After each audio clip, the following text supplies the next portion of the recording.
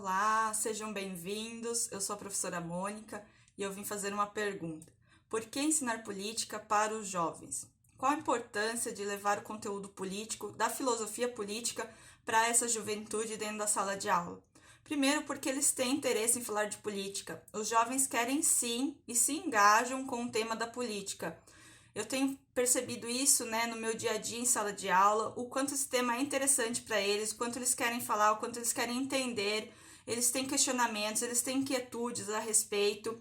É algo desafiador para o docente, sim, porque nós vivemos uma sociedade muito polarizada, em que levar o tema política é algo que parece bem desafiador, é até preocupante, para que a gente não gere conflitos em sala de aula, mas é necessário. O docente ele tem esse papel social e ele precisa se informar os cidadãos. E os cidadãos precisam entender de política, até porque esses jovens são os futuros adultos da sociedade de amanhã.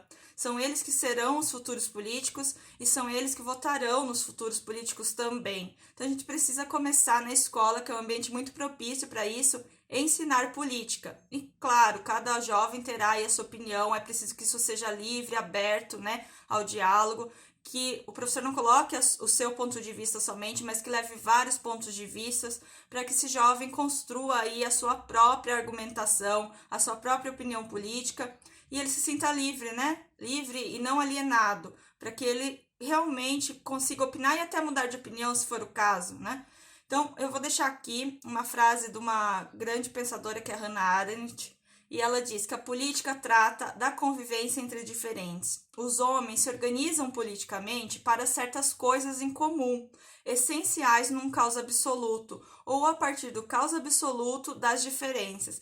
Então, primeiro, é preciso conviver com o diferente. O diferente enriquece os diálogos. Mas, a partir do momento que um dos lados só quer pôr a sua opinião, aí fica complicado porque a gente não consegue conviver com o que é diferente.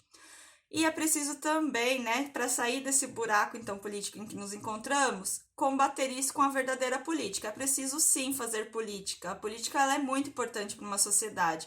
É assim que a gente começou a conviver socialmente e construir coisas de forma coletiva para um bem comum. E para fechar, então, quero dizer aí uma frase também de Nelson Mandela, que a melhor arma é a educação. Eu consinto muito com isso, e é assim que a gente combate o caos, de forma não violenta, mas com educação. E é preciso também aí entender que o conhecimento amplia a vida. Quem disse isso foi Pecote, um grande pensador e humanista.